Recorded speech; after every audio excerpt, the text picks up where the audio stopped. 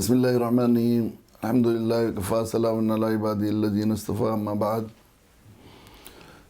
حاضرین، میرے ساتھ زندگی میں ایک عجیب واقعہ پیش آیا۔ اس کے بعد سے اکثر میں اپنے حال کو اور اپنی کمزوری کو اور اپنے جرم کو بتانے کے لیے اس واقعے کا سہارا لیا کرتا ہوں کہ ہم لوگ افریقی ملکوں کے سفر پر گئے تو وہاں ملاوی ایک ملک ہے جو بہت ہی پسماندہ قسم کے لوگوں کا ملک ہے، اور بہت زمانے تک ملاوی کے لوگ جو ہے برطانیہ کے غلام رہے۔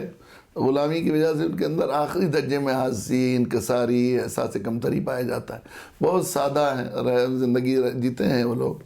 ایک دن ہم لوگ کسی سفر کے لیے جا رہے تھے، ایک ہمارے ہم سفر کی انتظار کر رہے تھے، تو ہم گاڑی سے اتر کر کھڑے ہو گئے اور خیال ہوا کہ بھئی دیکھیں بھئی یہ نئے ملک کی معاشرت کس طرح جی رہے ہیں، کس طرح رہ رہے ہیں۔ تو وہاں کچھ بیچارے وہ ملاوی کے لوگ بھولے بھالے کمزور پسماندہ قسم کے لوگ تھے، وہ وہاں کھانا بنا رہے تھے۔ وہ کھانا بھی کیا بناتے ہیں، چاول کا آٹا نمک میں پکا کر وہ جو ہے وہ لسی سی بنا لیتے ہیں اور اسے کسی چیز پر ڈال لیتے ہیں، پلاسٹک پر، کسی ٹین کی چادر پر، اور اس طرح زمین پر بیٹھ کر سب بچے بڑے بیٹھ کے لڈو بنا کر اس طرح کھا لیتے ہیں۔ تو اس میں یہ بھی ہوتا ہے کہ وہ چٹنی اچار کوئی سبزی ہو تو سمجھیے دعوت شیراز ہو گئی۔ وہ کھانا بنا رہے تھے کوئلے کی انگیٹھی پر۔ ہم لوگ کھڑے ہوئے دیکھ رہے تھے، ادھر سے ایک آوارہ جنگلی کتا آیا۔ اب جنگلی کتے کی قسمت یہ ہے کہ اسے ہر ایک دودھ کاٹتا ہے، ہر ایک آدمی جیسے ہمارے گھر کے پاس بھی آیا تو اسے بھگاتے ہیں لوگ اپنی اپنی زبان میں۔ اس کی وجہ یہ ہے کہ اس کے اندر اگر پاگل پن کے جراثیم ہیں تو وہ زندگی کے لیے خطرہ ہے۔ پھر دوسری بات یہ ہے کہ وہ اس کے رال میں کچھ اس طرح کی وہ ہوتی ہیں جراثیم، اور یہ کہ وہ لوگ جو کتے کی خدمت پر لگے ہوئے ہیں ویسٹرن ملکوں کے لوگ، وہ لوگ بھی کتے کا جھوٹا کبھی نہیں کھاتے پیتے۔ اور ہمارے لیے تو یہ بھی ہے کہ وہ اگر وہ رال لگا دے گا، بہت محبت سے پیروں میں لیٹنے لگے، ہماری خوشامد کرنے لگے گا، تو اسے دھوتے ہوئے مشکل ہو جائے گا۔ تو کتا جب آئے گا تو ہم اسے دھتکاریں گے۔ تو وہ جیسے سامنے سے آیا تو ان گھر والوں نے اسے دھتکارا۔ تو ان لوگوں نے کیا کیا، کھانا بنا کر جو ادبجے کوئلے تھے وہ باہر ہی ڈال دیے۔ چھوٹی سی گلی تھی، مطلب سڑک نما گلی نما سڑک تھی، وہاں ڈال دیے۔ ادھر ہماری گاڑی کھڑی ہوئی تھی، ہم لوگ کھڑے ہوئے تھے، ادھر وہ گھر والے بیٹھے تھے۔ بیچ میں وہ جگہ تھی جہاں وہ جھلسے ہوئے کوئلے، جن میں بہت دہکے ہوئے کوئلے نہیں تھے، جھلسے ہوئے کوئلے تھے، وہ پڑے ہوئے تھے۔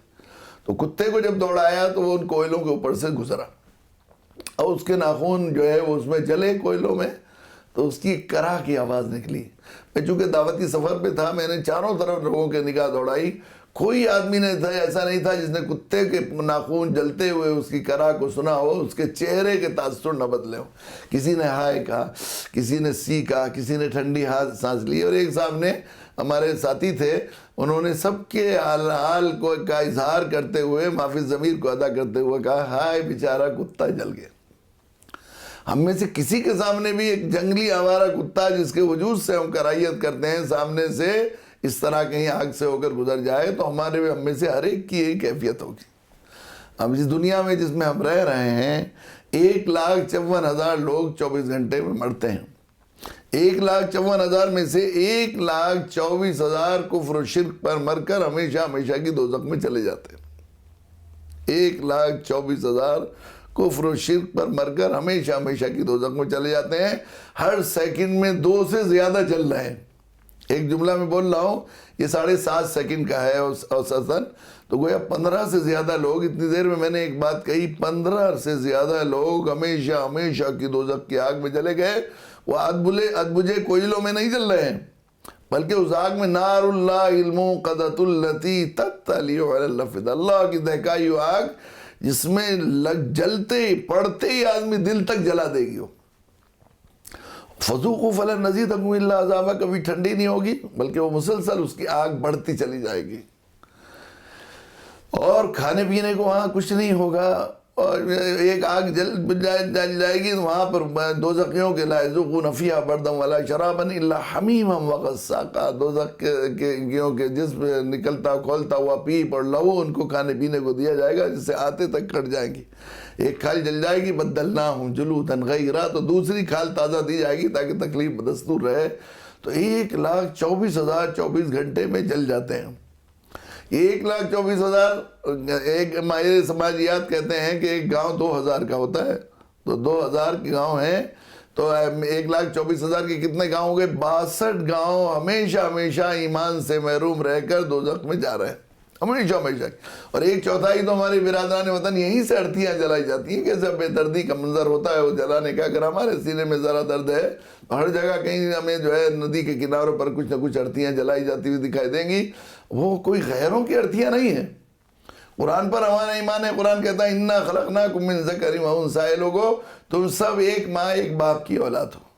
قرآن نے نفسیاتی کمزوری پر انگلی رکھی ہے کہ آدمی سوتیلی ماں کی اولاد سے انسان کا جو ہے وہ یہ ہوتا ہے کہ ذرا نگاہ پھری ہوئی ہوتی ہے. تو ماں سوتیلی نہیں ہے. ماں جائے باپ جائے بہن بھائی ہیں جن کو ہم غیر قوم غیر سمجھ کر ہم لوگ ان کے لیے بد دعائیں کرتے ہیں, ان کے ساتھ نفرت کرتے ہیں, ان کے ساتھ ان کو دشمن حریف سمجھتے ہیں. قرآن پر ایمان کے باوجود جس قرآن نے ہم سے رشتہ بتایا ہے کہ جو ہے وہ ہمارے بھائی ہیں, خونی رشتے کے بھائی ہیں, حقیقی ماں جائے باپ جائے بہن بھائی ہیں, اور سب میرے اور آپ کے نبی کے امتی ہیں.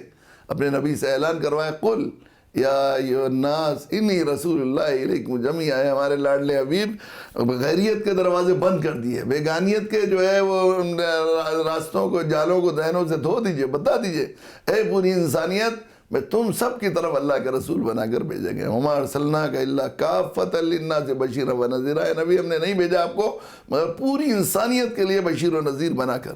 تو اللہ کے نبی کی بعثت سے لے کے قیامت تک آنے والا ہر فرد میرے اور آپ کے نبی کا امتی ہے اور میرے آپ کے رب کا بندہ ہے.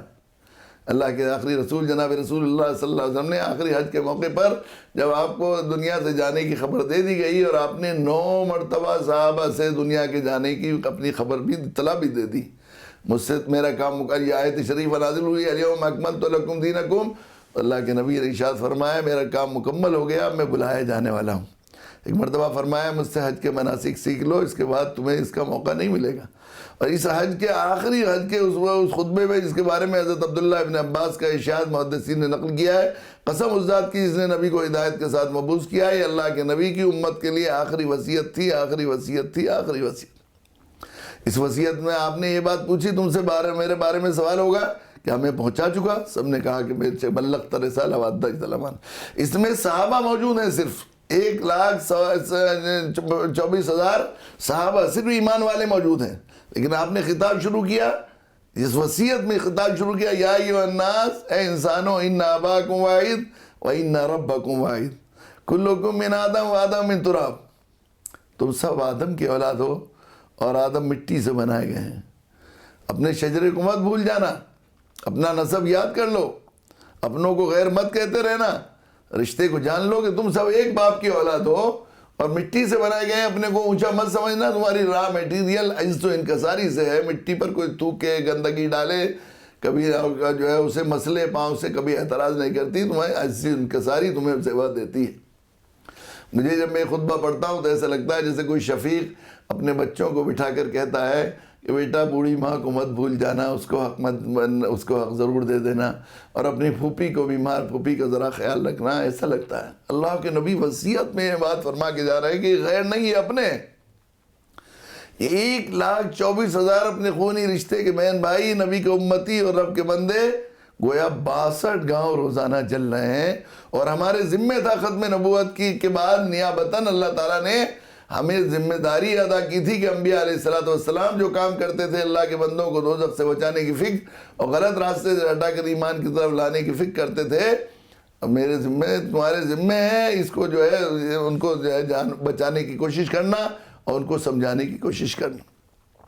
ہم نے پہنچایا نہیں اپنے نبی کی نیابت میں. اگر ہم نے جو ہے 70 دفعہ نہیں, 94 دفعہ نہیں. ایک روایت ابھی ایک کتاب میں نے پڑھی حضرت پیر ذوالفقار صاحب کی جو ہے وہ تقاریر پر مشتمل ہے.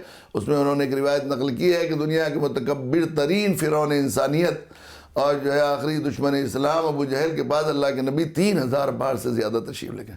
3,000 بار کو چھوڑ دیجئے, 70 بار کو چھوڑ دیجئے, اور اس سے کم بیش کی بار کو چھوڑ دیجئے. اگر ایک دفعہ ہم نے سب کو سمجھایا ہوتا قولوا لا الہ الا اللہ تفلحوا, اسلام کلمہ پڑھ لو نجات پا جاؤ گے. وَمَن یبتغِ غَیْرَ الْإِسْلَامِ دِینًا فَلَن يُقْبَلَ مِنْهُ, اسلام کے علاوہ کوئی دین قابل قبول نہیں ہوگا.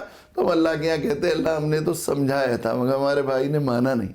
لیکن ہم نے پہنچایا نہیں, ہم نے بتایا نہیں, تو ہم جلانے والے ہیں. ہمیں اللہ نے فائر بریگیڈ کا آدمی بنایا. کسی فائر بریگیڈ آفس کے سامنے کتا جل جائے تو کیا اگر اس کی بچانے کی کوشش نہ کریں تو سرکار کا عتاب ہوگا کہ نہیں؟ اگر انسان جل جائے اور وہ کوشش نہ کرے بچا کی، تو ایسے فائر بریگیڈ افسروں کو پھانسی دے دی جائے تو صحیح ہے. اگر اس کو سسپینڈ کر دیا تو کوئی حیرت کی بات نہیں. یہ امت سسپینڈ حالت میں 1,24,000 روزانہ جل جاتے ہیں، اور ان کے کسی کے خواب میں بھی ہم نے دعوت نہیں دی.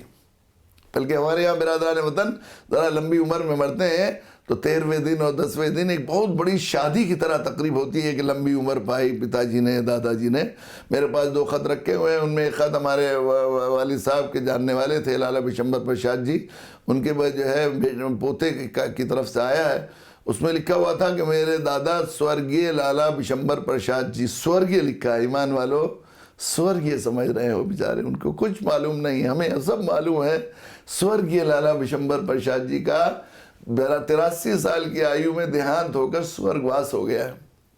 دادا جی لمبے سمے تک دھرم پر جیوت رہے، متقی اور پارسائی کی زندگی گزارتے رہے. اس لیے اس اپلکش میں ایک سماروہ کا آیوجن کیا گیا ہے. بھوج پر سادر آپ بھی آمنترت. ایک اچھا بڑا قصبہ ہے کھتولی، وہاں سے آدھی قصبے کی دعوت کی گئی تھی، اور بھی دیہاتوں وغیرہ سے ہم لوگوں کو بلایا گیا تھا. اتنی بڑی تو باجے بجے تھے، بینڈ بجے تھے. انہیں کچھ بھی یہ بھی معلوم نہیں ہے کہ ایمان کے بغیر نجات نہیں، مکشی نہیں، موت نہیں. ہمارے ذمہ تھا یہ بتانا کہ نجات صرف ایمان اور اسلام کے علاوہ اللہ کے یہاں قابل قبول نہیں. ہم نے نہیں بتایا تو ہم جلانے والے ہیں 62 گاؤں. 62 گاؤں جلانے والے ہم. انسان کے اپنے آپ کو مسلمان کہنا تو بہت دور کی بات ہے. کتے کو جلتے ہوئے دیکھے تو اگر انسان ہے، سینے میں پتھر نہیں ہے، دل ہے، تو بھلک جائے گا، تڑپ جائے گا، ہائے نکل جائے گی. اتنے سارے لوگ جل جائیں، پھر ہم اس نبی کا اتباع پیروی کا دعویٰ کریں جو ہر وقت بلکتے اور تڑپتے رہتے تھے کہ اللہ کے بندے کیسے ایمان میں آ جائیں. میرے بزرگوں کو ہم خیال نہیں کرتے کہ ایک 62 گاؤں کہتے ہیں ان کو ظالم، اپنے کو مظلوم کہتے ہیں. ظلم ہم نے کیا، جلانے والا ظالم ہوتا ہے. انگارہ میرے ہاتھ پر رکھے تو جو انگارہ رکھنے والا ظالم ہے، یا میرا ہاتھ جو جل رہا ہے وہ ظالم ہے؟ جلانے والے ہم ہیں. ہماری ذمہ داری تھی بچانے کی کوشش کرنا. ہم نے انہیں باخبر نہیں کیا اور وہ جا رہے ہیں کفر و شرک پر، تو یقیناً ہم جو ہے مجرم اور قصوروار ہیں. سچی بات یہ ہے کہ اگر آخرت پر ایمان اور قرآن پر ایمان کے باوجود، یہ جاننے کے باوجود کہ وہ غیر نہیں، ہمارے خونی رشتے کے بہن بھائی، ماں جائے باپ جائی ہیں، اس پر دعویٰ کرتے ہیں اور رسول کے امتی ہیں، ہمارے نبی کے امتی ہیں، ہمارے رب کے بندے ہیں، ان میں سے جو کفر و شرک پر مرے گا وہ دوزخ میں جائے گا. اگر ہم اس کی فکر نہیں کرتے تو ہم مسلمان انسان کہلانے کے بھی مستحق نہیں ہیں. یقین ہمیں اس پس منظر میں غور کرنا چاہیے اور اس طرح زندگی سے توبہ کرنی چاہیے.